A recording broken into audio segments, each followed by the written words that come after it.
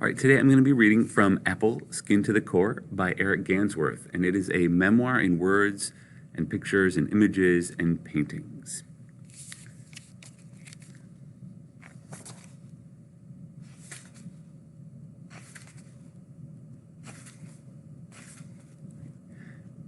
Apple Records. We say we want a revolution. Well, we know you all want to change the world. We tell you that it's evolution. Well, we know you all want to change the world. But when we talk about reconstruction, don't I know that I can count you out? Here's an image on that first page.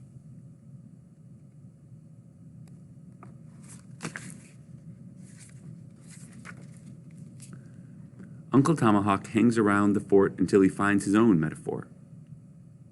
Some Indians feel that to spend too much time among white people is to risk losing everything we call our own, even though that idea is itself loosely defined. Sometimes we borrow from other Indians, and sometimes, like that $10 we asked for when we were desperate, we forget what we've borrowed until we are reminded. Socials and powwows bring us together because they celebrate all the ways we maintain our own ways of life. We know the dances and the songs, the exact rhythm patterns for drums and rattles. But we've borrowed dances from other nations. We have no alligators in the Northeast, no real-world example to borrow in creating these moves, and yet alligator dance has been with us for so long it feels like ours, free and clear. Even our singers, who know the songs best, have lost the words to some, reduced to memorizing sound. When patterns and syllables are all you have, you go with them and pass them down to the next group of young people willing to sit and learn beside you on the social bench, knowing they'll just be rough, knowing they're going to misstep on the floor where we dance. This is no game. But even as we keep our own sounds and borrow from other Indians, we sometimes snag our metaphors from others and our relationships to them until we find the right ones to call our own and memorize them. As a reminder of what we risk spending too much time with white people, some Indians first come up with the Uncle Tomahawk. Even Indians who have never read Harriet Beecher Stowe or who couldn't give you any details about Uncle Tom as a character know what the name means, how the tomahawk will always signal Indian, how the uncle is never a true relative here. We pride ourselves on being clever with originality, and we know that Uncle Tom is already a knife-sharp slur for the same behavior within a different group. They have their own history of being tortured and killed by white people, their own struggles with the nuances of the individual life. Some Indians next come up with the hang around the fort Indian. The fort was designed to give white people shelter and sustenance when they needed a break from taming the West by killing Indians directly or wiping out the original food sources so Indians would starve on their own without the fort's residents bloodying their own hands. But it was a name born of stories involving real Indians, hanging around with real white soldiers, hoping to find secrets to surviving the onslaught, braving direct contact while others waited and starved. While we could laugh about weapons and forts, no one invoked Carlisle, Hampton, and all the ways the boarding schools changed us forever. No metaphors encompass our wiped memories and families, skins intact because no bleach would make us white enough to disappear entirely. But one day, some Indian finally bit an apple, exposed the blinding white flesh inside, contrast vibrating against broken red skin. Like Sir Isaac Newton, after insight hit in falling fruit, they recognized the perfect label for Indians, not sharp enough to make it all the way home, left in that space between two places, red on the outside, white on the inside, forever locked away from both worlds, separated by the thinnest membrane. Boarding School Philosophy, shorter, simplified edition. Practical application. Problems. Indians in communities will reproduce in both form and idea. If offspring cannot be stopped, disrupt culture. Solution 1. Kill them all or remove all available food sources. Solution 2. Destabilize group identity by making group land base illegal. Solution 3. Where land base exists, sterilize fertile adults under the guise of current helpful medical care until they vanish on their own unaware. Solution 4. Remove present juvenile offspring, incarcerate them long enough to open possibilities for future manual labor resources. To minimize bloodshed, call incarceration institution a school. Convince parents this is an opportunity of a lifetime for juvenile offspring.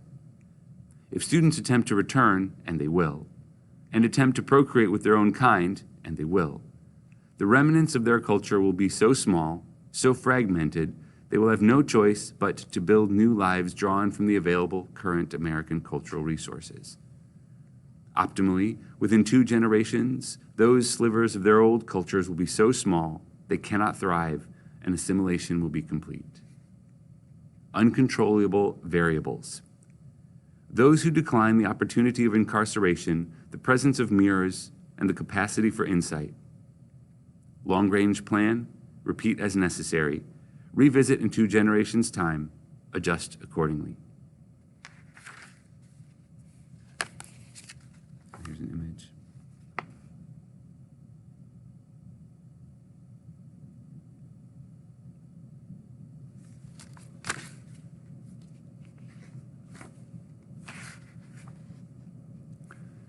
Hello, my name is 1. It begins with your great-grandparents having 5 children, Leander, Orsimus, Howard, Alberta, Willard. They wonder how they will divide the reservation land in their name among them if all 5 can make it as farmers. That profession seems like their only prospect in Niagara County at the beginning of the 20th century, where the reservation and the settlement surrounding it do not mix much, worlds immeasurably far apart from each other despite minimal miles. One day, a man shows up with the opportunity of a lifetime, he says, offering an introduction to that world beyond the border, should they need it at some time. As an aside, he assures them their children will need it. The school would cost the family nothing, and the children would learn, in a military-style environment, useful trades and insider secrets of American life not available within the reservation's confines. Wanting to give all of their children that opportunity, they agree to send them to Carlisle, Pennsylvania, 300 miles away. The school, understanding the hardship of travel, offers a summer outing program so the children do not have to come home. If they are good enough, they will be placed with white families working off their board as labor, all the while learning that paler life day in and day out. They do not seem to understand that the only life learned will be how to work for white people, expenses deducted from their pay for the room they sleep in after work, food they eat at these houses while indentured for summer months between the school years for 5 calendar years. 5 years was the optimal amount of time school officials believed it would take for children to find it impossible to rejoin their own lives. Old lives. 5 years away would assure their discomfort in the places they'd left, offering them one option, to try and assimilate. This was not included in the sales pitch for free education.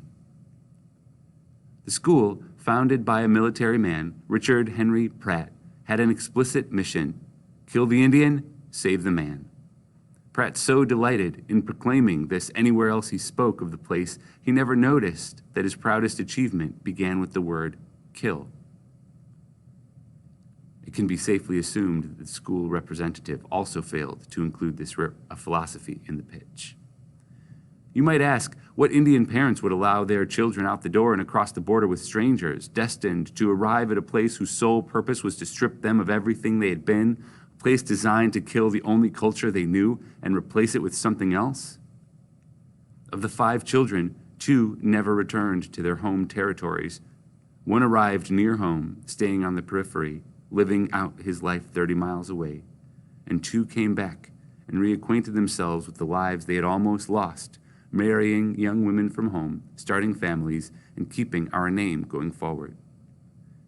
I wondered how, of the 5, my grandfather was one of the 2 who successfully came back home, and I am nosy enough to ask people until I find the answer. Carlisle, an abandoned military barracks from the beginning, had been the perfect breeding ground for infectious diseases. Indian children were dormed 4 beds to each cramped room, and for hundreds of early students, the last room they ever lived in. Exposed to diseases from England and Europe in a few short bursts, a staff member sneeze, a cough, droplets spreading in those tiny 4-person rooms, these students became bodies that had never been exposed and caught tuberculosis.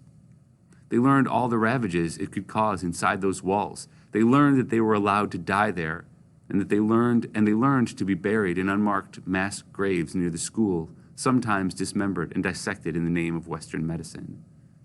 They learned to become nameless skeletons who, even now, linger in dusty drawers of libraries and museums in eastern Pennsylvania, not afforded the liberty celebrated in the cracked bell a short distance away, their current custodians not wanting to admit their part in keeping those bones from their home lands, even if that part just means keeping their own mouths shut.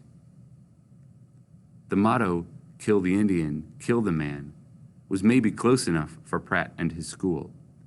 You wonder how long this practice would have continued had those parents not come looking for their children who'd stopped writing them monthly letters from their promised New World place, New World life, New World chance for survival.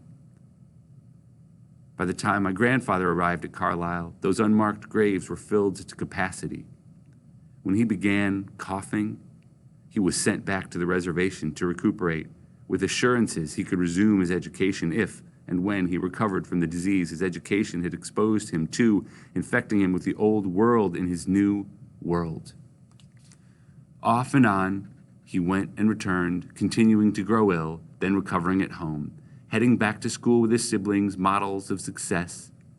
And as he built up his resistance to new diseases, he also developed resistance to walking away from the world where his roots lay, growing deeper and tougher with each trip back to the homestead, where his parents worried about their children who left and their children who returned. His repeated visits back allowed him to build up immunities to the school itself and follow his desire to come home and start a family. And so that is just the beginning of Apple, Skin to the Core by Eric Gansworth. It's available in the Chief Self Library, and you can put it on hold and check it out today.